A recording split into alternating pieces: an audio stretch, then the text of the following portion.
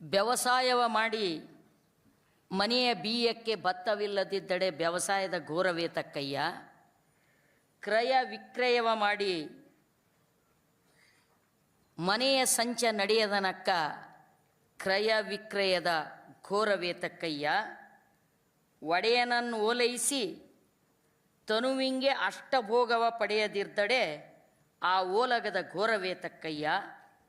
ಭಕ್ತನಾಗಿ ಭವಂ ನಾಸ್ತಿಯಾಗದಿರ್ತಡೆ ಆ ಉಪದೇಶ ಕೊಟ್ಟ ಗುರು ಕೊಂಡ ಶಿಷ್ಯ ಇವರಿಬ್ಬರ ಮನೆಯಲ್ಲಿ ಮಾರಿ ಹೋಗಲಿ, ಗುಹೇಶ್ವರನೆಂಬುವನು ಅತ್ತಲೇ ಹೋಗಲಿ. ಇದು ಕೇಂದ್ರ ಮತ್ತು ರಾಜ್ಯ ಸರ್ಕಾರಗಳ ಸಂಬಂಧವನ್ನು ಕುರಿತು ಹೋಲುವಂಥ ವಚನ, ಬರದ್ನು ಅಂತಲ್ಲ. ಅದು ಅಲ್ಲಮನ ಈ ವಚನದೊಂದಿಗೆ ಗೌರಿಯ ಈ ನೆನಪಲ್ಲಿ ಗೌರಿಯ ಈ ಕೊಲೆ ಶಂಭುಕನಿಂದ ಪ್ರಾರಂಭ ಆಗಿದೆ. ಪುರಾಣದ ಕಾಲದಿಂದ ಯಾವ ಪುರಾಣ ಮಹಾಶ್ರೇಷ್ಠ ಅಂತ ಇವ್ರು ಹೇಳಿದ್ರಲ್ಲ, ಪುರಾಣ ಎಂಬ ಪುಂಡರ ಗೋಷ್ಠಿ, ಶಾಸ್ತ್ರ ಎಂಬ ಸಂತೆಯ ಸುದ್ದಿ,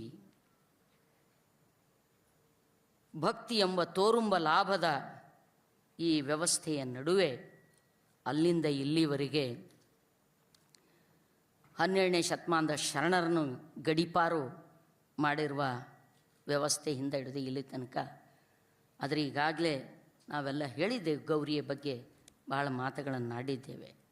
ಯಾವ ಆಶಯಗಳಿಗಾಗಿ, ಯಾವ ಮೌಲ್ಯಗಳಿಗಾಗಿ ಗೌರಿ, ಕಲಬುರ್ಗಿ ಮತ್ತು ಅನೇಕ ಜನ ಇನ್ನು ಮುಂದೆ ಯಾರ್ಯಾರು ಪಾಳಿಯದನೋ ಗೊತ್ತಿಲ್ಲ, ಸೂಳು ಪಡೆಯಲಪ್ಪುದು ಕಾರಣ ಮಹಾ ಆಜಿರಂಗದೊಳ್. ಸ್ನೇಹಿತರೆ, ಈಗಾಗಲೇ ಪ್ರೊಫೆಸರ್ ಒಕ್ಕೂಟ ಸರ್ಕಾರ ಅಂದ್ರೇನು, ಅದಕ್ಕಿರಬೇಕಾಗಿರ್ತಕ್ಕಂಥ ಸಾಧ್ಯತೆಗಳು ಏನು ಅನ್ನೋದನ್ನು ಕುರಿತು ಸವಿಸ್ತರವಾಗಿ ಮಾತಾಡಿದ್ದಾರೆ. ಒಕ್ಕೂಟದ ಲಕ್ಷಣಗಳನ್ನ ಕುರಿತು ನಮ್ಮ ಸಂವಿಧಾನ ಭಾಳ ಸ್ಪಷ್ಟವಾಗಿ ಉಲ್ಲೇಖಗಳನ್ನು ಕೊಟ್ಟಿದೆ. ಭಾರತವು ರಾಜ್ಯಗಳ ಒಕ್ಕೂಟವಾಗಿದೆ ಅಂತ ಹೇಳಿತ್ತು. ಆದರೆ ಇವತ್ತು ನಾವು ಭಾರತವನ್ನು, ಭಾರತ ಅನ್ನೋದು ಅದೊಂದು ಶಾಬ್ದಿಕ ರಚನೆ. ಭಾರತ ಅಂದರೆ ಯಾರು? ಯಾರೂ ಇಲ್ಲ. ಕನ್ನಡಿಗ, ಗುಜರಾತಿ, ಮರಾಠಿಗ, ಹಾಗೆಯೇ ಲಿಂಗಾಯತ, ದಲಿತ, ಬ್ರಾಹ್ಮಣ, ಒಕ್ಕಲಿಗ, ಬಡವರು, ಶ್ರೀಮಂತರು, ದುಡಿಯೋರು, ದುಡಿಲಾರ್ದವರು, ಕುಂತಿನವರು, ಒಳ್ಳೆಯವರು, ಮೋಸ ಮಾಡೋರು ಎಲ್ಲರೂ ಕೂಡಿ ಭಾರತ ಅನ್ನೋದೊಂದು ಶಾಬ್ದಿಕ ರಚನೆ. ಅದು ಅಮೂರ್ತವಾಗಿರ್ತಕ್ಕಂಥದ್ದು. ಸ್ಟೇಟ್ಸ್ ಅನ್ನೋದು ಮೂರ್ತವಾಗಿರ್ತಕ್ಕಂಥದ್ದು. ರಾಜ್ಯ ಅನ್ನೋದು ರಾಜ್ಯಗಳಲ್ಲಿರ್ತಕ್ಕಂಥ ಜನ. ಸೊ ರಾಜ್ಯ ಮತ್ತು ದೇಶದ ಸಂಬಂಧ ಹೇಳಿದ್ರವ್ರು, ಕೇಂದ್ರ ಅನ್ನೋದು ಇರೋದಿಲ್ಲ. ಭೌಗೋಳಿಕವಾಗಿ ಕೇಂದ್ರ ಅನ್ಬೇಕಂತೀರಂದ್ರೆ ದಿಲ್ಲಿ ಆ ತುದಿಯಾಗಿರಬೇಕಾಗಿದ್ದಿಲ್ಲ, ನಡಬರ್ಕ್ ಎಲ್ಲರೂ ಇರಬೇಕಿತ್ತು. ಆ ಕನ್ಯಾಕುಮಾರಿಗೆ, ಆ ದಿಲ್ಲಿಗೆ ಎಲ್ಲಿಂದ ಎಲ್ಲಿ ಸಂಬಂಧ? ಕೇಂದ್ರ ಅನ್ನುವಂಥದ್ದಕ್ಕೆ ಅರ್ಥನೇ ಇಲ್ಲ.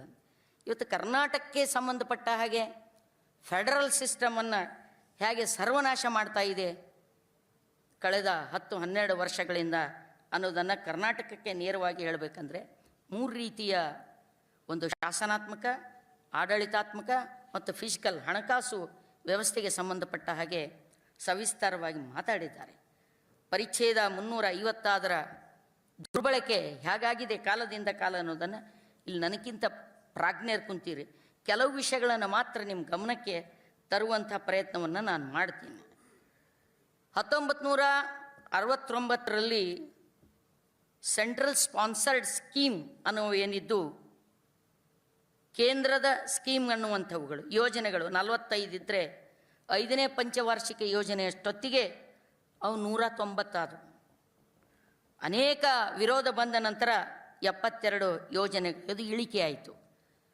ಕೇಂದ್ರದ ಯೋಜನೆಗಳು, ರಾಜ್ಯ ಅದಕ್ಕೆ ಹಣ ಖರ್ಚು ಮಾಡಬೇಕು ಅಂತ ಕೇಳಿರ್ತಕ್ಕಂಥದ್ದು.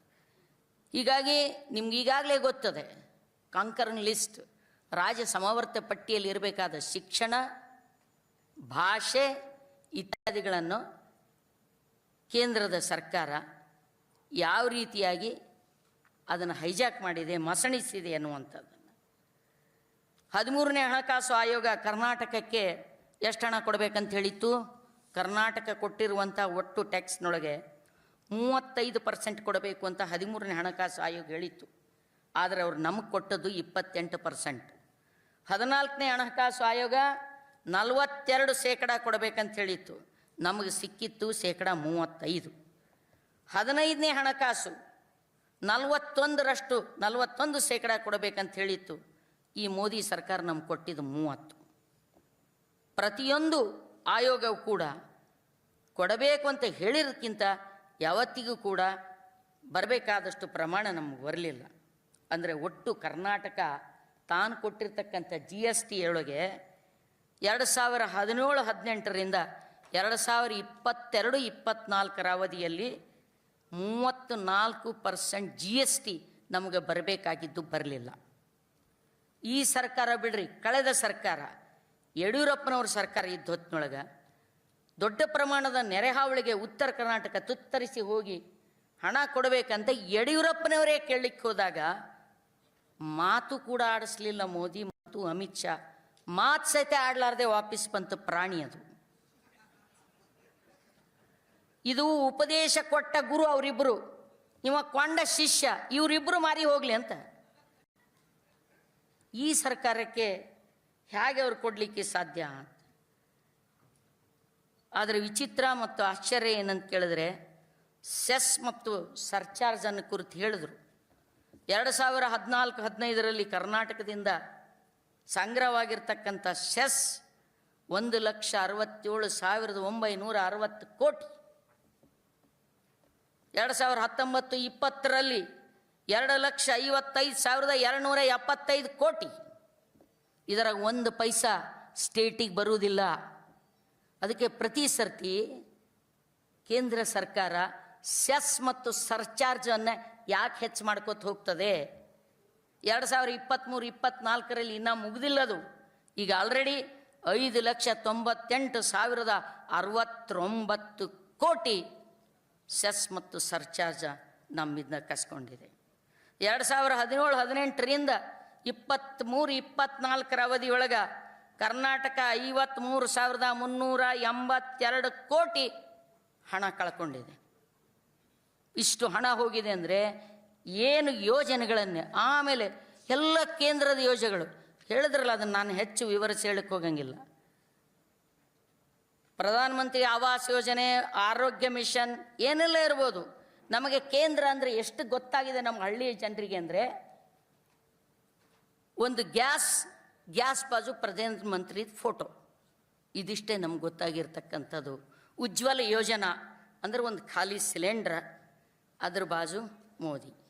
ಆ ಸಿಲಿಂಡರ್ದಂಗೆ ಫ್ಯೂಯಲ್ ಇರಲಾರ್ದಕ್ಕೆ ಸುಟ್ಕೊಂಡಿಲ್ಲ ಅವರು. ಫ್ಯೂಯಲ್ ಇದ್ರೂ ಸುಟ್ಟು ಹೋಗ್ತಿದ್ರೆ ಏನೋ ಗೊತ್ತಿಲ್ಲ. ಇವತ್ತು ನಿಮ್ಗೆ ಒಂದೇ ಮಾತು ಹೇಳಬೇಕಂದ್ರೆ, ICDSS ಶಿಶು ಅಭಿವೃದ್ಧಿ ಕಲ್ಯಾಣಕ್ಕಾಗಿ ನಾವೇನು ಖರ್ಚು ಮಾಡ್ತೇವೆ ಹಣ, 2014ಕ್ಕಿಂತ ಮೊದಲು ICDS ಯೋಜನೆಗೆ ಎಷ್ಟು ಹಣ ಬರ್ತಿತ್ತು ನಮ್ಮ ಕರ್ನಾಟಕಕ್ಕೆ? ಕೇಂದ್ರ 60 ಹಾಕಿದ್ರೆ ರಾಜ್ಯ 40 ಹಾಕಬೇಕಾಗ್ತಿತ್ತು, 40%. ಇವತ್ತು ಕೇಂದ್ರ 40% ಕೊಟ್ಟರೆ ರಾಜ್ಯ 60% ಕೊಡಬೇಕು, ಸ್ಟೇಟ್ಗಳು 60% ಕೊಡಬೇಕು ICDSS ಯೋಜನೆಗಳಿಗೆ. ಹಾಗೆಯೇ ಪ್ರಧಾನಮಂತ್ರಿ ಆವಾಸ್ ಯೋಜನೆ ಒಳಗೆ ಕರ್ನಾಟಕದ ಕಥೆ ಏನದ? 2019-20 ರಾಜ್ಯ ಎಷ್ಟು ಕೊಡಬೇಕು ಈ ಆವಾಸ ಯೋಜನೆಗೆ? ಅದರ ಹೆಸರು ಪ್ರಧಾನಮಂತ್ರಿ ಆವಾಸ್ ಯೋಜನೆ.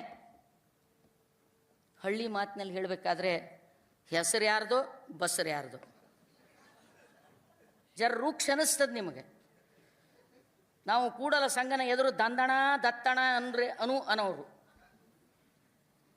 ರಾಜ್ಯದ ಪಾಲು ಎಷ್ಟು ಈ ಪ್ರಧಾನಮಂತ್ರಿ ಆವಾಸ್ ಯೋಜನೆಗೆ 2019-20 93.41%.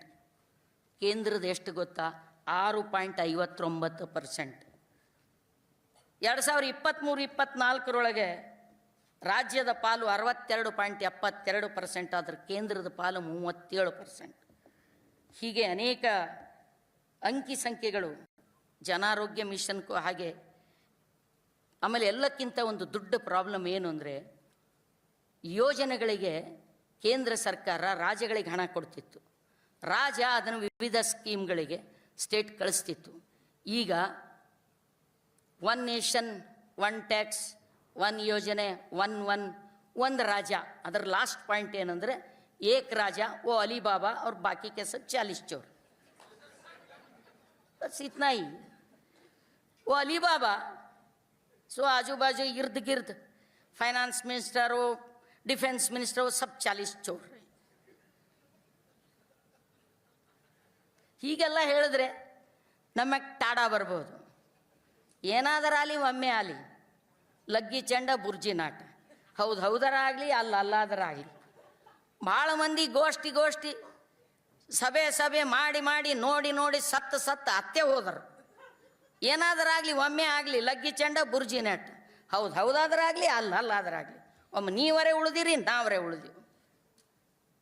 ಇದನ್ನು ರಾಜ್ಯಗಳ ಮೇಲೆ ಒಂದು ದೇಶದ ಸರ್ಕಾರ ಅನ್ನುವಂಥದ್ದು ತಾಯ್ತನವನ್ನು ವ್ಯಕ್ತಪಡಿಸಬೇಕಾಗಿರ್ತಕ್ಕಂಥ ಸರ್ಕಾರ ಎಂಥ ನೀಚತನಕ್ಕೆ ಇಳಿದಿದೆ ಅನ್ನೋದಕ್ಕೆ ಅಂಕಿ ಸಂಖ್ಯೆಗಳೇ ಹೇಳ್ತವೆ. ನಮಗೆ ಬರಬೇಕಾಗಿರ್ತಕ್ಕಂಥ ಯೋಜನೆಗಳು ಡೈರೆಕ್ಟ್. ಫಾರ್ ಎಕ್ಸಾಂಪಲ್ ಉದ್ಯೋಗ ಖಾತ್ರಿಗೆ ಆವಾಗ ಕೇಂದ್ರ ರಾಜ್ಯಕ್ಕೆ ಕೊಡ್ತಿತ್ತು. ಮನ್ರೇಗಾ, ಮಹಾತ್ಮ ಗಾಂಧಿ ಗ್ರಾಮೀಣ ಉದ್ಯೋಗ ಖಾತ್ರಿ ಕಾಯ್ದೆ, ಅದು ಆ ಕಾಯ್ದೆಗೆ ಸ್ಟೇಟಿಗೆ ಬಂದು ಸ್ಟೇಟ್ ಪಂಚಾಯತ್ಗಳಿಗೆ ಅದೆಲ್ಲ ಕೊಡ್ತಿತ್ತು. ಈಗ ರಾಜ್ಯಕ್ಕೆ ಅದು ಏನೂ ಗೊತ್ತಿಲ್ಲ, ಇಡೀ ಫಂಡ್ ಡೈರೆಕ್ಟ್ ಬರ್ತದೆ ಪಂಚಾಯತ್ಲಿಂದ. ನಾವು ಅವಾಗ ಎಲ್ಲ ಹಳ್ಳಿ ಜನರಿಗೆ ಕೆಲಸ ಹಚ್ಚಿ ತೊಗೊಂಡು ಹೋಗಿ ಪಂಚಾಯತ್ ಎದುರು ಸ್ಟ್ರೈಕ್ ಮಾಡಿದ ಕೂಡಲೇ ಪಂಚಾಯತ್ದವ್ರು ನಾವೇನು ಮಾಡ್ಬೇಕ್ರಿ ಮ್ಯಾಕ್ ಕೇಳ್ರಿ ಅಂತಿರು. ನಾವು ರಾಜ್ಯದವ್ರಿಗೆ ಹಿಡಿದು ಭಾಳ ಆದ್ರೆ ಎಲ್ಲ ಜನ ಸ್ಟ್ರೈಕ್ ಮೂಲಕ ಅಂಥೇಳಿ ಜಿಂಡ ಹಿಡ್ಕೊಂಡು ಬಂದು ರಾಜ್ಯದೊಳಗೆ ವಿಧಾನಸೌಧರಿ ಅದು ಕುಂತು ಬೇಕೇ ಬೇಕು, ನ್ಯಾಯ ಬೇಕು, ಹಕ್ಕು ಬೇಕು ಅಂದ್ರೆ ಅವರು ಅಂಜರೆ ಒಂದಿಷ್ಟು ಕೊಡ್ತಿದ್ರು. ಈಗ ನೀವು ಆ ಆಫೀಸರಿಗೆ ಕೇಳಿದ್ರೆ ಮ್ಯಾಗಿಂದ ರೊಕ್ಕ ಬಂದಿಲ್ಲರಿ ಅಂತಾರೆ. ಎಲ್ಲಿಂದ ರೊಕ್ಕ ಬರ್ಬೇಕ್ರಿ ಅಂದ್ರೆ ನಾವು ಬೆಂಗಳೂರಿಗೆ ಹೋಗ್ರಿ. ಬೆಂಗಳೂರ್ಲಿಂದ ಅಲ್ಲಿ ಈಗ ರೊಕ್ಕ ದಿಲ್ಲಿಲಿಂದ. ಈ ಜನ ದಿಲ್ಲಿಗೆ ಹೋಗ್ಬೇಕಲ್ಲಿ. ಮೊದಲಾದ್ರೆ ಸ್ಟ್ರೈಕ್ ಮಾಡ್ಲಿಕ್ಕೆ ಜಿಂದಾಬಾದ್ ಅಂತ ಹೋಗ್ತಿದ್ದೇವೆ. ಈಗ ನೋ ಜಿಂದಾಬಾದ್, ಟಿಕೆಟ್ ತೆಗಿಬೇಕೆಂದ್ರೆ ಯಾರ ಮನೆ ಹೊಡಿಬೇಕು? ಜನ ಹೋಗಲಿಕ್ಕೆ ಸಾಧ್ಯ ಇಲ್ಲ. ಮೊಟ್ಟ ಮೊದಲು ಕೇಂದ್ರ ಸರ್ಕಾರ ತನ್ನ ಆರ್ಥಿಕ ದುಷ್ಟತನ ಗೊತ್ತಾಗಬಾರದು ಜನರಿಗೆ ಅನ್ನುವ ಕಾರಣಕ್ಕಾಗಿಯೇ ಧರ್ಮ ದೇವರ ಹುಚ್ಚನ್ನು ಹಚ್ಚಿತು. ಅತಿ ಹೆಚ್ಚು ಧರ್ಮ ಮತ್ತು ದೇವರು ಜನರಿಗೆ ಇದು ಅರ್ಥ ಆಗಬಾರ್ದು. ಪೆಟ್ರೋಲ್ ರೇಟ್ ಏರ್ತು, ಡೀಸೆಲ್ ರೇಟ್ ಏರ್ತು, ಅಲ್ಲಿ ಕೇಂದ್ರದಿಂದ ಏರ್ತದೆ ಅನ್ನೋದು ಹಳ್ಳಿ ಜನರಿಗೆ ಗೊತ್ತಾಗಲ್ಲ. ಹಳ್ಳಿ ಜನ ಸ್ಟೇಟ್ ಗೌರ್ಮೆಂಟಿಗೆ ಬೈಕೋತ್ ನಿಂದಿರ್ತಾರೆ. ನಾವು ಸ್ಟೇಟ್ ಗೌರ್ಮೆಂಟಿಗೆ ಯಾಕೆ ಬೈತೀರಪ್ಪ, ಇವರೆಲ್ಲ ಮಾಡಿದ್ದು ಮ್ಯಾಗಿನವ್ರು ಬರ್ದಿದ್ದು. ಅವ್ರು ಮ್ಯಾಗಿನವ್ರು ಮಾಡಲ್ಲಕ್ರಿ ಮೇಡಮ್, ಇವ್ರು ಇಲ್ಲಿ ಕೂತಾರಲ್ರಿ, ಇವ್ರು ಸೀದಾ ಮಾಡ್ಬೇಕ್ರಿ ಅಂತಾರೆ. ಗೊತ್ತಾಗಲ್ಲ ಜನರಿಗೆ ಅಂತ. ರಾಜ್ಯ ಮತ್ತು ಕೇಂದ್ರದ ಸಂಬಂಧಗಳು ಏನು ಅನ್ನೋದು ಜನರಿಗೆ ಗೊತ್ತಾಗಲಾರ್ದಂಥ ಸ್ಥಿತಿಯಲ್ಲಿ ಒಂದು ಸಣ್ಣ ಉದಾಹರಣೆ ಹೇಳಿ ನಾನು ಮಾತು ಮುಗಿಸು. ಎಲ್ಲ ಹೆಣ್ಮಕ್ಳು SHG ಗ್ರೂಪ್ ಅಂತ ತಿಳ್ಕೊಂಡೆ ಮಾಡಿದೆವು, ಸ್ತ್ರೀ ಶಕ್ತಿ ಸಂಘ ಮತ್ತು ಸ್ವಸಹಾಯ ಗುಂಪುಗಳು ಅಂತೇಳಿ. ಹಳ್ಳಿ ಹೆಣ್ಮಕ್ಳೆಲ್ಲ 20-30 ರೂಪಾಯಿ ಕೂಡಿ 20 ಮಂದಿ ಸಂಘ ಸೇರಿಸಿ ಆ ಹಣ ಒಯ್ದು ಬ್ಯಾಂಕ್ನಾಗಿಟ್ಟು ಬ್ಯಾಂಕ್ ಅವರಿಗೆ ಸಬ್ಸಿಡಿ ಕೊಟ್ಟು ಲೋನ್ ಕೊಟ್ಟು ಅವ್ರು ಕರೆಕ್ಟ್ ಲೋನ್ ತುಂಬುತ್ತಿದ್ದರು. ಎಷ್ಟು ರೊಕ್ಕ ಜಮಾ ಆಗಿತ್ತು? 2012-13ಕ್ಕಿಂತ ಮೊದಲಂದರೆ ಇಡೀ ರಾಜ್ಯದ ಬಜೆಟ್ನೊಳಗೆ ನಾವು ಭಾಷಣ ಮಾಡ್ತಿದ್ದೇವೆ. ಅವಾಗ ಸರ್ಕಾರಕ್ಕೆ 4 ಕಾಲ ಬಂದ್ರೆ ಒಂದು ಕಾಲ ನಮಗೆ ಸ್ತ್ರೀ ಶಕ್ತಿ ಸ್ವಸಹಾಯ ಸಂಘದ ಹೆಣ್ಮಕ್ಳು ರೊಕ್ಕ ಅದ ಅಂತ ಹೇಳ್ತಿದ್ದೇವೆ ನಾವು. ಅಷ್ಟು ಹಣ ಅಲ್ಲಿತ್ತು. 1% ಕೂಡ ಹೆಣ್ಮಕ್ಳು ಡಿಫಾಲ್ಟರ್ ಇದ್ದಿದ್ದಿಲ್ಲ. ಆ ಇಡೀ ಸ್ತ್ರೀ ಶಕ್ತಿ ಸ್ವಸಹಾಯ ಸಂಘದ ಯೋಜನೆ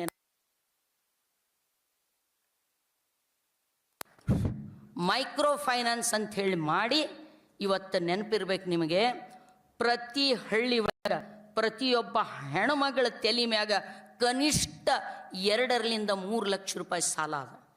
ಪ್ರತಿ ಹೆಣ್ಮಗಳು. ನಾವು ಅದನ್ನು ಸರ್ವೆ ಮಾಡಿಸ್ತಾ ಇದ್ದೇವೆ ಜನವಾದಿ ಮಹಿಳಾ ಸಂಘಟನೆಯಿಂದ. ಹಳ್ಳಿಗೆ ಸರ್ವೆ ಫಾರ್ಮ್ ತೊಗೊಂಡು ನಾವು ಹೋಗೀನಿ.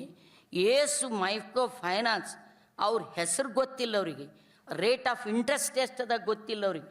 ಎಲ್ಲಿ 22, ಎಲ್ಲಿ 24, ಎಲ್ಲಿ 30 ಅಷ್ಟು %. ಮತ್ತು ಆ ಮೈಕ್ರೋ ಫೈನಾನ್ಸ್ ಅದು ಲೋನ್ ಯಾರಿಗೆ ಕೊಡ್ತದೆ ಅಂತ ಕೇಳಿದ್ರೆ ಬರೇ ಹೆಣ್ಮಕ್ಳಿಗೆ ಕೊಡ್ತದೆ, ಗಂಡಸರಿಗೆ ಕೊಡಲ್ಲ.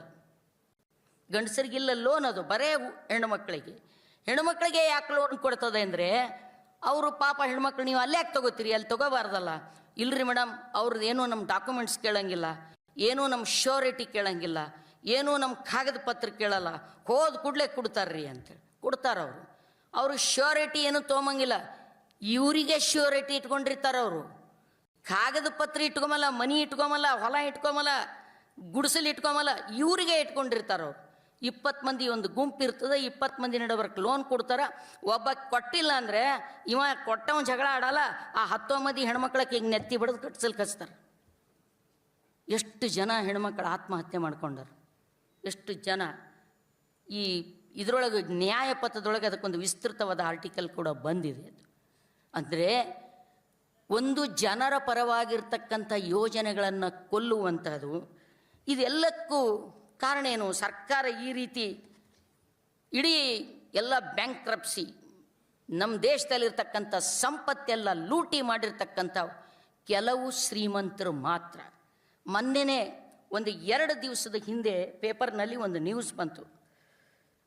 ಅನಿಲ್ ಅಂಬಾನಿ ರಿಲಯನ್ಸ್ ಕಾರ್ಪೊರೇಷನ್ ಕಂಪ್ನಿ 53 ಬ್ಯಾಂಕ್ಗಳಿಂದ 49,000 ಕೋಟಿ ಸಾಲ ಮಾಡಿದೆ. ಎಷ್ಟು? 53 ಬ್ಯಾಂಕ್ಗಳಿಂದ 49,000 ಕೋಟಿ. ಆದರೆ ಒಂದು ಹೊಸ ಕಂಪ್ನಿ ಲಾ ಮಾಡಿದೆ ಈ ಸರ್ಕಾರ, ನ್ಯಾಷನಲ್ ಕಂಪ್ನಿ ಲಾ ಟ್ರಿಬ್ಯುನಲ್ ಅಂಥೇಳಿ, NCLT. ಇದರ ಅಡಿಯಲ್ಲಿ ವಾದ ಮಾಡಿ ಅವ್ರು ಏನು ಹೇಳಿದ್ರು ಅಂದರೆ 49,000 ಕೋಟಿ ಅಲ್ಲ, ಅವರ ಸಾಲ ಇದ್ದಿದ್ದು 47,000 ಕೋಟಿ ಅಂತ ಹೇಳ್ತು. ಸರಿ, ಹೋಲಿ, ಒಂದು 2,000 ಕೋಟಿ ಬಿಡೋಣ. ಆದರೆ ಅದರ ಜೊತೆಗೆ ಇವರು IBCಗೆ ಅಪ್ಲೈ ಮಾಡಿಕೊಂಡ್ರು, ಇನ್ಸಾಲ್ವರಿ ಬ್ಯಾಂಕ್ರಪ್ಸಿ ಕೋಡ್ ಅಂತೇಳಿ. ಇದು ಈ ಸರ್ಕಾರದ ರೇಜಿಮೆಂಟಿನಲ್ಲೇ ಅವರಿಗಾಗೆ ಹುಟ್ಟಿಸಿರುವಂಥ ಹೊಸ ಕಾನೂನುಗಳು, ಹೊಸ ಪರಿಭಾಷೆಗಳು. ಈ ಪರಿಭಾಷೆ ಈ ಕೋರ್ಟಿಗೆ ಹೋಗಿ ಕಂಪ್ನಿಗಳಿಗೆ ಒಂದು ಸಪ್ರೇಟ್ ಕೋರ್ಟ್ ಮಾಡಿಕೊಂಡ್ರು. ಆ ಕೋರ್ಟಿಗೆ ಹೋಗಿ ರಿಲಯನ್ಸ್ ಕಮ್ಯುನಿಕೇಷನ್ ಕಂಪ್ನಿಯವ್ರ ಅಪ್ಲಿಕೇಶನ್ ಹಾಕೊಂಡು ಕೂಡಲೇ ಕಡೆಗೆ 1 ಟೈಮ್ ಸೆಟಲ್ಮೆಂಟ್ ಏನಾಯಿತು? 455 ಕೋಟಿ ಅಷ್ಟೇ ಕೊಟ್ಟರು ಮಾಫ್. ಎಷ್ಟ್ರಿ? 49,000 ಕೋಟಿ ಸಾಲ ತಗೊಂಡದ ರಿಲಯನ್ಸ್ ಕಮ್ಯುನಿಕೇಷನ್ ಕಂಪ್ನಿ. ಅದ್ರ ವಾಪಸ್ ಕೊಡಬೇಕಷ್ಟು 455 ಕೋಟಿ. ಅದು ತಗೊಂಡಿದ್ದು ಸಾಲದೊಳಗೆ 0.92%. ರೈತರ ಸಾಲ ನಿರ್ಮಲಾ ಸೀತಾರಾಮನ್ ಅವರು 1 MP ಮಾಫ್ ಮಾಡಲ್ಲ ಅಂದರು. ಎಷ್ಟು ಸಲ ಹೇಳಿದ್ರು 1 MP ಮಾಫ್ ಮಾಡಲಿಲ್ಲ. ಕೋವಿಡ್ ಪೀರಿಯಡ್ನೊಳಗೆ ಮೈಕ್ರೋ ಫೈನಾನ್ಸ್ದವ್ರದ್ದು ಸಾಲ ಹಳ್ಳಿ ಹೆಣ್ಮಕ್ಳು ಬಿಲಿ ಒದ್ದಾಡಿದ್ರು, ಸತ್ರು. ಆದ್ರೆ ಮೈಕ್ರೋ ಫೈನಾನ್ಸ್ ಸಾಲ ರಿಸರ್ವ್ ಬ್ಯಾಂಕಿಗೆ ಹೋಗಿ, ಜನವಾದಿ ಮಹಿಳಾ ಸಂಘಟನೆಗೆ ನೆನಪದೆ, ಒಂದು ಸರ್ವೆ ಮಾಡಿ ರಿಸರ್ವ್ ಬ್ಯಾಂಕಿನ ಗವರ್ನರ್ಗೆ ಹೋಗಿ ಭೇಟಿ ಆಗಿದ್ರೆ 1 ಪೈಸಾ ಮಾಫ್ ಮಾಡಲಿಕ್ಕಾಗಲ್ಲ. ಮೈಕ್ರೋ ಫೈನಾನ್ಸ್ ಸಂಘಟ ಒಂದು ಸಪ್ರೇಟ್ ಬಿಲ್ ಆಗ್ಯದ, ಅದಕ್ಕೆ ಸರ್ಕಾರ ಒಪ್ಪಿಗೆ ಕೊಟ್ಟದ, 1 ಪೈಸಾ ಏನೂ ಮಾಡಲಿಕ್ಕೆ ಸಾಧ್ಯ ಆಗೋದಿಲ್ಲ ಅಂತ ಹೇಳಿದ್ರು. ಆದರೆ ಅನಿಲ್ ಅಂಬಾನಿ ಕಂಪ್ನಿಗೆ 49,000 ಕೋಟಿ ಸಾಲ ಮಾಫ್ ಮಾಡ್ತದೆ. ಇದು ಕಾಮನ್ ಜನರಿಗೆ ಏನು ಗೊತ್ತಾಗಬೇಕು? ಸಾಮಾನ್ಯ ಜನರಿಗೆ ಏನು ಗೊತ್ತಾಗಬೇಕು? ಭಾರತ ಎಲ್ಲರೂ ಹೇಳಿ ದೇಶ, ದೇಶಭಕ್ತಿ, ದೇಶ ಪ್ರೇಮ, ಝಂಡಾ ಲೇಕೋ ಘೂಮೋ, ಇದರ್ ಸೆ ಉದರ್ ಸೆ ಗುಂಡೋ, ಇದೆಲ್ಲ ಗೊತ್ತಾಗಲ್ಲ ಸಾಮಾನ್ಯ ಜನರಿಗೆ. ಇದು ನಮ್ಮ ದೇಶ ಎದುರಿಸುತ್ತಿರುವಂಥದ್ದು. ಹೀಗಾಗಿ ಸ್ನೇಹಿತರೆ, ನಾವು ಭಾಳ ಮುಖ್ಯವಾದ ಅನೇಕ ವಿಷಯಗಳು ಇವೆ ಇಲ್ಲಿ. ನನಗಿಂತ ಚೆನ್ನಾಗಿ ನಿಮಗೆಲ್ಲ ವಿಷಯಗಳು ಗೊತ್ತವ. ಆ ವಿಷಯಗಳನ್ನು ಇಲ್ಲಿ ನಾನು ವಿಸ್ತಾರವಾಗಿ ಹೇಳಲಿಕ್ಕೆ ಹೋಗಂಗಿಲ್ಲ. ಅದರ ಪ್ರಶ್ನೆ ಇಷ್ಟೇ, ಈ ಎಲ್ಲದರಿಂದ ಹೊರಗೆ ಬರ್ತಕ್ಕಂಥದ್ದು ಹೇಗೆ? ಕರ್ನಾಟಕ ಮಾಡಿದ್ದು ನಮ್ಮ ರಾಜ್ಯಗಳಿಂದ ಎತ್ತಿಕೊಂಡಿರ್ತಕ್ಕಂಥ ತೆರಿಗೆ, ಆದರೆ ಸರ್ಕಾರ ಖರ್ಚು ಮಾಡ್ತಾ ಇರೋದು ಎಷ್ಟು, ಕೇಂದ್ರ ಸರ್ಕಾರ ಕೊಡ್ತಾ ಇರೋದು ಎಷ್ಟು ನಮ್ಗೆ ವಾಪಸ್?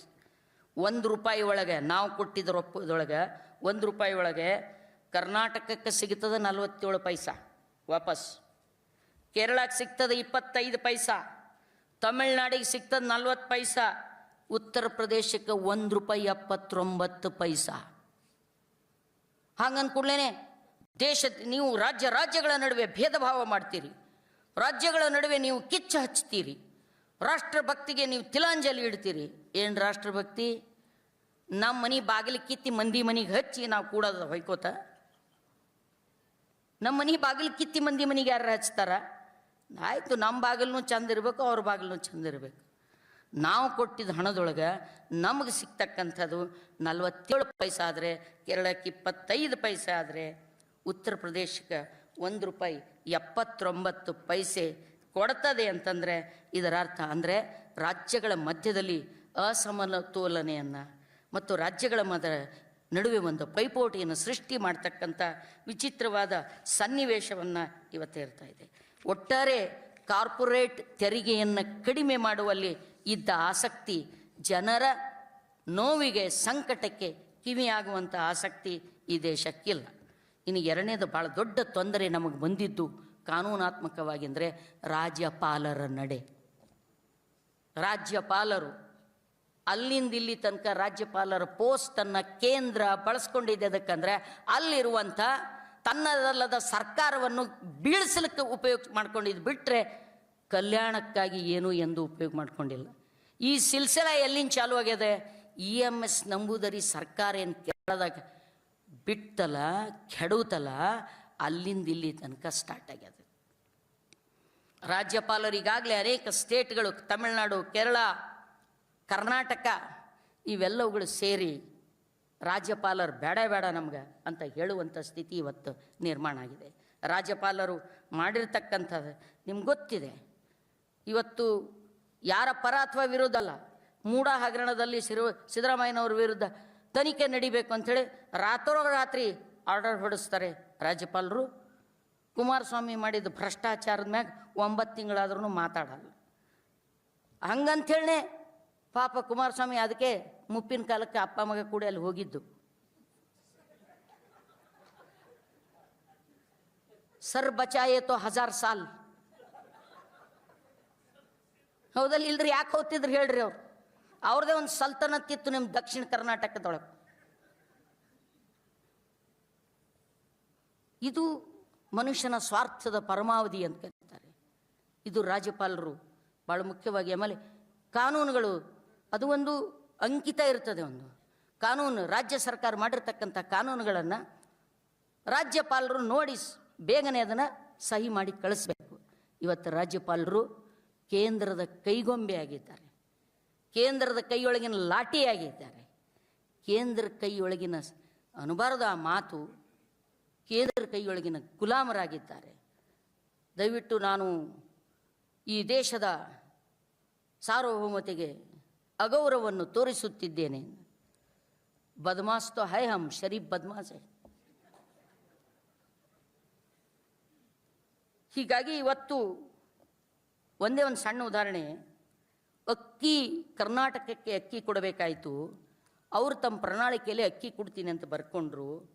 ಫುಡ್ ಸೆಕ್ಯೂರಿಟಿ ಆ್ಯಕ್ಟಿನ ಅಂಡರ್ ಫುಡ್ ಕಾರ್ಪೊರೇಷನ್ ಆಫ್ ಇಂಡಿಯಾದೊಳಗೆ ನಮ್ಮ ಗೌರ್ಮೆಂಟ್ ಅಕ್ಕಿ ಕೇಳಿದಾಗ ಎಷ್ಟಿತ್ತು? 731.4 ಲಕ್ಷ ಟನ್ ಆಹಾರ ಧಾನ್ಯಗಳಿದ್ದು ಫುಡ್ ಕಾರ್ಪೊರೇಷನ್ ಆಫ್ ಇಂಡಿಯಾದೊಳಗೆ. ಎಲ್ಲ ರಾಜ್ಯಗಳೇನು ಡಿಮಾಂಡ್ ಇಟ್ಟಿದ್ದು, ನಮ್ಗೆ ಇಷ್ಟು ಬೇಕು, ಇಷ್ಟು ಬೇಕು, ಇಷ್ಟು ಬೇಕು. ಎಲ್ಲ ರಾಜ್ಯಗಳ ಡಿಮಾಂಡ್ ಕೂಡಿಸಿದ್ರು 549.26 ಲಕ್ಷ ಟನ್ ಅಷ್ಟೇ. ಎಲ್ಲ ರಾಜ್ಯಗಳಿಗೆ ಡಿಮಾಂಡ್ ಪ್ರಕಾರ ಕೊಟ್ಟ ಬಳಕನು ಕೇಂದ್ರದೊಳಗೆ 182.58 ಲಕ್ಷ ಟನ್ ಉಳಿತಿತ್ತಿನ್ನ. ಆದರೂ ನಮಗೆ ಅಕ್ಕಿ ಕೊಡಲಿಲ್ಲ. ಕೊಟ್ರ ಅಕ್ಕಿ ಕೊಡಲಿಲ್ಲ. ಅವರು ಪುಗ್ಸಟೆ ಅಲ್ಲ, 34 ರೂಪಾಯಿ, 3400 ರೂಪಾಯಿ ಕೊಡ್ತೀನಿ ಅಂತ ಹೇಳ್ತು ಕರ್ನಾಟಕ ಸರ್ಕಾರ. ಫ್ರೀ ಅಲ್ಲ. ಫುಡ್ ಕಾರ್ಪೊರೇಷನ್ ಆಫ್ ಇಂಡಿಯಾದೊಳಗೆ ಫುಡ್ ಸೆಕ್ಯೂರಿಟಿ ಆ್ಯಕ್ಟ್ ಅಂಡರ್ ಕೊಡಬೇಕಾಗಿತ್ತು ನಮಗೆ 3400 ರೂಪಾಯಿ ಪರ್ ಕ್ವಿಂಟಲ್ ಕೊಡ್ತೀನಿ ಅಂತ ಹೇಳಿದ್ರು ಕೂಡ ಅಕ್ಕಿ ಕೊಡಲಿಲ್ಲ. ಇಥೆನಾಲ್ ಮಾಡ್ತೀನಿ ಅಂದರು, ಅಂದರೆ ಶರೀ ಸಿಂಧಿ ಮಾಡ್ತೀನಿ ಅಂದರು ಸರಳ ಭಾಷೆಯಲ್ಲಿ. ಹೀಗೆ ಹಳ್ಳಿ ಜನರಿಗೆ ನಮ್ಮ ಎದುರಿರ್ತಕ್ಕಂಥ ಸವಾಲು ಅಂದರೆ ಈ ವಿಷಯಗಳನ್ನು ತೆಗೆದುಕೊಂಡು ಹಳ್ಳಿ ಜನರಿಗೆ ಹೋಗಿ ಮುಟ್ಟಬೇಕಾಗ್ಯದ, ಅವರಿಗೆ ತಿಳಿಯಂಗೆ ಹೇಳಬೇಕಾಗ್ಯದ. ನಾವು ಭಾಳ ಬರೀ ಶಾಣೆರಿಗೆ ತಿಳಿಯಂಗೆ ಹೇಳಿದ್ರೆ ಇನ್ನು 100 ವರ್ಷ ಆದ್ರೂ ಜನ ಅವ್ರ ಕೈಯಂತ ಹೊರಗೆ ಬರಲ್ಲ. ಅವರಿಗೆ ತಿಳಿಯಂಗೆ ಹೇಳಬೇಕಾಗ್ಯದ ನಾವು. ಹೀಗಾಗಿ ಇವತ್ತು ಒಂದು ಅಕ್ಕಿಯ ವಿಷಯದಲ್ಲಿನೇ ಇಷ್ಟು ಅನ್ಯಾಯ, ಇಷ್ಟು ಮೋಸವನ್ನು ಇವತ್ತು ಸರ್ಕಾರ ಮಾಡ್ತಾ ಇದೆ ಅನ್ನೋದನ್ನು ನೋಡುವಾಗ ರಾಜ್ಯಪಾಲರ ಹುದ್ದೆಗಳನ್ನು ದುರ್ಬಳಕೆ ಮಾಡಿಕೊಳ್ಳೋನು, ಹಾಗೆಯೇ ಈ ವಿಶ್ವವಿದ್ಯಾನಿಲಯದ ಆಡಳಿತದಲ್ಲಿ ರಾಜ್ಯಪಾಲರು ಮಾಡುತ್ತಿರುವಂಥ ಆ ಮೂಗು ತೋರಿಸುವಿಕೆ ಇದಲ್ಲ, ಅದು ಅಂತೂ ಅಕ್ಷಮ್ಯವಾಗಿರ್ತಕ್ಕಂಥದ್ದು. ಇವತ್ತು ವಿ ಸಿ ಪೋಸ್ಟಿನ ಹಗರಣ ಕುರಿತು ಮಾತಾಡಬಾರ್ದು. ಆಡಬೇಕಲ್ಲ ಸರ್, ರಿಟೈರ್ಡ್ ಆಗಿದ್ದೆವು. ವಿ ಸಿ ಪೋಸ್ಟ್ಗಳು ಯಾವುದೇ ವಿ ಸಿ ಸೀದಾ ಇರು ಅಂದರೆ ಹೆಂಗಿರ್ತಾನೆ ವಿ ಸಿ? ಕೋಟಿಗಟ್ಟಲೆ ಹಣ. ಒಬ್ಬ ನಮ್ಮ ಮಾಜಿ ಇವರೇ ಸುಟ್ಕೇಸ್ ಇರಲಾರ್ದೆ ರಾಜ್ಯಪಾಲರ ಆಫೀಸ್ದೊಳಗೆ ಏನೂ ಕೆಲಸ ಆಗಲ್ಲ ಅಂತ ಹೇಳಿದ್ದಕ್ಕೆ ಹಂಗಾಮ ಆಯಿತು. ಬರೀ ಸುಟ್ಕೇಸ್ ಅಲ್ಲ, ಖೋಖಾ ಬೇಕೀಗ. ಖೋಖಾ ಇರಲಾರ್ದೆ ಇವತ್ತು ರಾಜ್ಯಪಾಲರು ವಿಶ್ವವಿದ್ಯಾನಿಲಯಕ್ಕೆ ವಿ ಸಿಗಳನ್ನು ನೇಮಕ ಮಾಡುವಾಗ ಅದು ರಾಜ್ಯಕ್ಕೆ ಸಂಬಂಧ. ಹಾಗೆಯೇ ಈ ರಾಜ್ಯದ IAS IPS ಆಫೀಸರ್ಗಳೆಲ್ಲ ನೇರವಾಗಿ ಕೇಂದ್ರದ ನಿಯಂತ್ರಣದಲ್ಲಿರ್ತಾರೆ. ನೇರವಾಗಿ ಕೇಂದ್ರದ ನಿಯಂತ್ರಣದಲ್ಲಿ ಇರೋದರಿಂದ ಅವರು ಕೇಂದ್ರದ ಸ್ಕೀಮ್ಗಳ ಬಗ್ಗೆ, ಕೇಂದ್ರದ ಹಿತಾಸಕ್ತಿಯನ್ನು ಕಾಪಾಡೋದಕ್ಕೆ ನೋಡಿ, ನನಗೆ ಗೊತ್ತಿದೆ ಕರ್ನಾಟಕದಲ್ಲಿ ಮೇಲೆ ನೆರೆ ಹಾವಳಿ ಬಂದಿತ್ತು. ನಾವು ನೆರೆ ಹಾವಳಿ ಬಂದು ಜನ ಎಲ್ಲ ಕಷ್ಟದಾಗಿರ ಸರ್, ಸೆಲ್ಟರ್ ಹೋಮ್ ತೆಗಿಬೇಕು ಅಂತ DC ಆಫೀಸ್ಗೆ ಹೋದ್ರೆ ಪಾಪ DC ಏನು ಹೇಳ್ದ, ಓ ಮೇಡಮ್ ಸುಮ್ಕೂಡ್ರಿ, ನಮ್ಗೆ ನೌಕರಿ ಮಾಡಂತೀರಿ ಬೇಡಂತೀರಿ, ದಿನ ಜಂಡ ಹಿಡ್ಕೊಂಡು ಬಂದು ನಿಂದಿರ್ತೀರಿ, ಸ್ವಚ್ಛ ಭಾರತ್ ಮಿಷನ್ದಾಗಿದ್ದೆವು ಅಂದರು. ಸಾರ್ ಸೆಲ್ಟರ್ ಹೋಮ್ ತೆಗಿಬೇಕು ಸರ್, ಜನ ಸತ್ತೋಗ್ಯಾರ ಸರ್, ಅವ್ರಿಗೆ ಗಂಜಿ ಕೇಂದ್ರ ತೆಗಿ. ನಮ್ಗೆ ದೇಶ ಸ್ವಚ್ಛ ಮಾಡಂತ ನಮ್ಗೆಲ್ಲಕತ್ತಾರ, ನೀವಿದ್ರ ಗಂಜಿ ಅಂತೀರಿ. ಸೊ ಏನು ಮಾಡೋಕ್ಕಾಗಲ್ಲ DC AC ಇಷ್ಟರ ಮಟ್ಟಿಗೆ ಕೇಂದ್ರ ತನ್ನ ಅಧಿಕಾರ ಜಮಾಯಿಸ್ತದೆ. ಸಾಹೇಬರು ಸಾಹೇಬರು online meeting, direct meeting with prime minister. ರಾಜ್ಯದವ್ರು ಯಾರು ಕೇಳೋರೇ ಇಲ್ಲ ಅಲ್ಲಿ. ನಾನು ಪ್ರೈಮ್ ಮಿನಿಸ್ಟರ್ ಜೊತೆ ಮಾತಾಡ್ಲಿಕ್ಕತ್ತೀನಿ, ಚೀಫ್ ಮಿನಿಸ್ಟರ್ಗೆ ಟೈಮ್ ಕೊಡಲಿ ಅಂತ ಹೇಳ್ತಾನೆ. ಇದು ಫೆಡರಲ್ ಸಿಸ್ಟಮ್, ಪಡ್ತು ಸಿಸ್ಟಮ್. ಏನು ಅರ್ಥ ಇದೆ ಈ ಸಿಸ್ಟಮಿಗೆ? ಅದು ಯಾವಾಗ ಕೇಂದ್ರ ರಾಜ್ಯದ ಜನರ ಹಿತಾಸಕ್ತಿಯನ್ನು ಕಾಪಾಡಿದಾಗ, ರಾಜ್ಯದ ಜನತೆಗಾಗಿ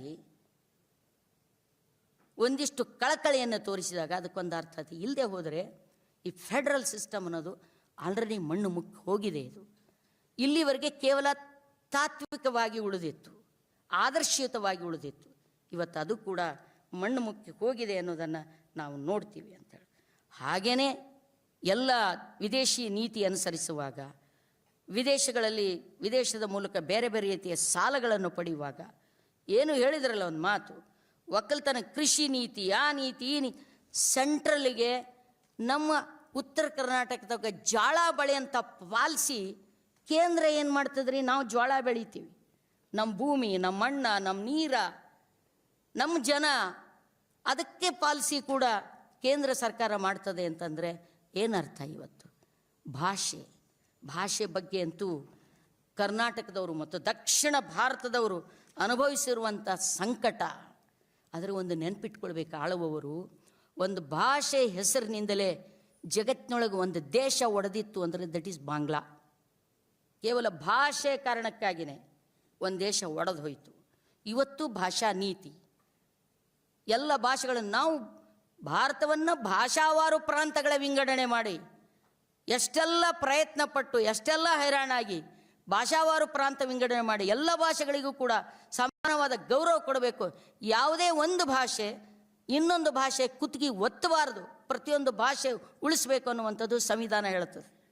ಆದರೆ ಇವತ್ತು ನಮ್ಮ ಮೇಲೆ ಭಾಷಾ ನೀತಿ, ಅವತ್ತೂ ಕನ್ನಡಕ್ಕೆ ಸಂಸ್ಕೃತದ ಸಂಕಟ, ಇವತ್ತು ಕೇಂದ್ರದ ಸಂಕಟ. ಅವತ್ತೇ ಹೇಳಿದ್ರು, ನಗೆಮಾರಿ ತಂದೆ ಕಲ್ಲಿಯ ಹಾಕಿ ನೆಲ್ಲವ ತುಳಿದು ಗುಬ್ಬಿಯ ಸಿಕ್ಕಿಸುವ ತೆರನಂತೆ. ಕಲ್ಲಿಯ ಹಾಕಿ, ಇನ್ನೆರಡು ನಿಮಿಷ ನಾನು ಮುಗಿಸ್ತೀನಿ. ಕಲ್ಲಿಯ ಹಾಕಿ ನೆಲ್ಲವ ತುಳಿದು ಗುಬ್ಬಿಯ ಸಿಕ್ಕಿಸುವ ತೆರನಂತೆ ಸಂಸ್ಕೃತದ ಮಾತಿನ ಪಸಾರವನ್ನಿಕ್ಕಿ ಮತ್ಸ್ಯದ ವಕ್ರದಲ್ಲಿ ಗಾಸ ಹಾಕುವ ತೆರನಂತೆ ಇದೇ ಥರ ನುಡಿ ಮಾತಿನ ಮರೆ ಆತುರ ವೈರಿ ಮಾರೇಶ್ವರ. ಭಾಷಾ ಮೋಹ. ಈಗೊಬ್ಬರು ಆಲ್ರೆಡಿ ಫರ್ಮಾನ್ ಹೊಡ್ಸ್ಯಾರ, ಸಂಸ್ಕೃತ ಬರಲಿಲ್ಲ ಅಂದರೆ ಸ್ವರ್ಗದಾಗ ಜಾಗ ಸಿಗಲ್ಲ. ಭಾಳ ಚಲೋ ಆಯ್ತು, ಆ ಸ್ವರ್ಗಕ್ಕೆ ಅವರೇ ಹೋಗಲ್ಲ. ನಮಗೆ ಕನ್ನಡ ಬೇಕು. ನೋಡಿರೆ ಕನ್ನಡ, ನುಡಿಸಿರೆ ಕನ್ನಡ, ಆಡಿರೆ ಕನ್ನಡ ಅಂದರೆ ಏನು? ಸಂಸ್ಕೃತ ಯಾವುದೇ ಭಾಷೆ ಶ್ರೇಷ್ಠ ಅಥವಾ ಕನಿಷ್ಠ ಅಂತಿರುವುದಿಲ್ಲ. ಯಾವುದೇ ಭಾಷೆ ಭಾಳ ಒಳ್ಳೆಯದು, ಯಾವುದೇ ಭಾಷೆ ಕೆಟ್ಟ ಅಂತಿರುವುದಿಲ್ಲ. ಭಾಷೆ ಆಗಿರ್ತದೆ. ಆದರೆ ಭಾಷೆ ಇನ್ನೊಂದು ಭಾಷೆ ಮ್ಯಾಗೆ ಸವಾರಿ ಹೇರಿದ್ರೆ ಹೆಂಗೆ ಅಂದರೆ ಅಕ್ಕಿ ಹಾಕಿ ಗುಬ್ಬಿ ಹಿಡ್ದಂಗಂತ. ಅಕ್ಕಿ ಹಾಕ್ಯಾರ ಅಂತ ಕೇಳಿದ್ರೆ ಜಾಲಗಾರ, ಅಕ್ಕಿ ಹಾಕ್ಯಾನಂದ್ರೆ ಗುಬ್ಬಿ ಹಿಡ್ದಂಗೆ. ಗೊತ್ತದೆ ನಮಗೆ. 100 ವರ್ಷಗಳ ಹಿಂದೆ ಗಾಯತ್ರಿ ಮಂತ್ರ ಸಂಸ್ಕೃತ ಒಂದು ಮಾತಾಡ್ದೇವಂದ್ರೆ ಶೂದ್ರ ಮುಂಡೇರೆ ನಿಮ್ಮ ನಾಲ್ಗೆ ಕೊಡಿತೀನಿ ಅಂತ ಹೇಳಿದ್ರಿ. ಸಂಸ್ಕೃತ ಮಾತಾಡಿದ್ರೆ ನಮಗೆ ಕುತ್ತಿಗೆ ಒತ್ತಿದ್ರಿ. ಇವತ್ತು ಸಂಸ್ಕೃತ ಮಾರ್ಕೆಟಿಂಗ್ ಮಾಡ್ತೀರಿ. ಮನ್ಯಾಗ ಓಂ ಬುರ್ವಸ್ವ. ಅವತ್ತು ನಾವು ಕೇಳಿಲ್ರಿ, ಅಕಸ್ಮಾತ್ ನಮ್ಮ ಕಿವ್ಯಾಗ ಬಿದ್ದರೆ ಕಿವ್ಯಾಗ ಕಾದ ಕಬ್ಬಿಣ ಸುರಿತೀನಂದ್ರಿ. ಇವತ್ತು ಯಾವ ಜೋಪಡ್ಯಾಗ ಹೋರಿ ಓಂ ಬುರ್ವಸ್ವ ಏನು ಹಚ್ಚಿದೋ ಇದು ಬುರ್ಸ ಏನು ಹಚ್ಚಿದೋ ಹೇಳ್ರಿ. ಇದು ಸಂಸ್ಕೃತ ಮಂತ್ರದ ಎಲ್ಲಿ ನೋಡಿದ್ರಲ್ಲಿ ಈಗ ಸಂಸ್ಕೃತ ಪಾಠಶಾಲೆ, ಸಂಸ್ಕೃತ ವಿದ್ಯಾಮಂದಿರ, ಸಂಸ್ಕೃತದ ಪಾನಕ ಪನಿವಾರ ಸಂಸ್ಕೃತಿ ಗಬ್ಬೆತ್ತೋಯ್ತು ದೇಶದೊಳಗೆ. ಇದನ್ನು ಸಸ್ಟೇನ್ ಮಾಡೋದು ಹೇಗೆ? ಅವತ್ತು 12ನೇ ಶತಮಾನದಲ್ಲಿ ನಗೆಮಾರಿ ತಂದೆ ಅನ್ನುವಂಥ ಒಬ್ಬ ವೇಷಗಾರದ ವ್ಯಕ್ತಿ ಹೇಳಿದೆ, ಇದೇ ಥರ ನುಡಿ ಮಾತಿನ ಮರೆ, ಇದು ಮೋಸ. ಭಾಷೆ ಅಲ್ಲ, ಭಾಷೆ ಬಳಸುವವರ ಮೋಸ. ಹೌದಲ್ಲ? ಪೂಜಾರಿಗಳೆಲ್ಲ ಈಗ ಬಳಸ್ತಾರಿಲ್ಲ. ನಿಮ್ಮ ಮನೆಗೆ ಪೂಜಾ ಮಾಡ್ಲಿಕ್ಕೆ ಬಂದಿರ್ತಾರಲ್ಲ ಪುರೋಹಿತರಲ್ಲ, ನಿಮ್ಮ ಮನೆಯಾಗ ದೇವ್ರ ಕುಂಡ್ರಿಸಿ ಪೂಜಾ ಮಾಡ್ತಿರಲ್ಲ. ಗಂಗೆ ಚ ಯಮನೆ ಗೋದಾವರಿ ಜಲೇ ತವಸ್ಮಿನ್ ಸರಸ್ವತಿ. ಸರಸ್ವತಿ ನದಿ ಇಲ್ಲೇ ಪತ್ತಾನೇ ಇಲ್ಲ. ಗಂಗಾ ನದಿ ದಕ್ಷಿಣ ಭಾರತಾಗ ಅದ್ರ ವಾಸನೆ ಇಲ್ಲ. ನಮ್ಮ ಮನೆಯನ್ ಬೋರಿಂಗ್ ನೀರು, ನಮ್ಮ ಹಳದ ನೀರು, ನಮ್ಮ ಬಾಯ ನೀರು ಹೇಳ್ತಾನವ. ಗಂಗೆ ಚ ಕಾವೇರಿ ಗೋದಾವರಿ ಜಲೇ ತವಸ್ಮಿನ್. ಏ ಸ್ವಾಮಿ ಎಲ್ಲಿದೋ ನೀರು ಅಂತ ಕೇಳಿದ್ರೆ, ನೀವು ಜರ ಬಾಜು ನಮ್ಮ ಸಂಗಡ ಬರಬೇಡ್ರಿ ಬಾಳಿ ಮೇಡಮ್, ನಮ್ಮ ಹೊಟ್ಟೆ ಮ್ಯಾಗ ಕಾಲಿಡಬೇಡ್ರಿ ಅಂತ ನಾವು. ಇದು ಕೇಂದ್ರ ಹೇರುತ್ತಿರುವ ಭಾಷಾ ನೀತಿ, ಕೇಂದ್ರ ಹೇರುತ್ತಿರುವ ಆರ್ಥಿಕ ನೀತಿ, ಕೇಂದ್ರ ಹೇರುವಂಥ ಶಾಸನಾತ್ಮಕ ರೀತಿ. ಇವತ್ತು ಅದಕ್ಕಾಗಿ ಎಲ್ಲಿ ತನಕ ನಮ್ಗೆ ರೊಕ್ಕ, ಕೇರಳ ಮತ್ತು ಕರ್ನಾಟಕ ಸರ್ಕಾರ ಎರಡು ಸುಪ್ರೀಂ ಕೋರ್ಟಿಗೆ ಹೋಗಿ ಕಿವಿ ಹಿಂಡಿದ ಬಳಿಕ ನಮ್ಗೆ ರೊಕ್ಕ ಕೊಟ್ಟರು. ಇದಕ್ಕಿಂತ ನಾಲಾಯಕ್ ಸರ್ಕಾರ ಯಾವ್ದಾರ ಇರ್ಬೋದಾ? ಛೀ ಥೂ ಅನ್ಸ್ಕೊಂಬೋದಿರ್ಬೋದು. ಏನು ಮಾಡ್ತೀರಿ? ಉಗುಳ್ಯಾಳ ಅಂದ್ರೆ ಉಳ್ಳಕ್ಕೆ ಹೇಳ್ಯಾರ ಅಂತಾರೆ ಅವ್ರು. ನಮಸ್ಕಾರ.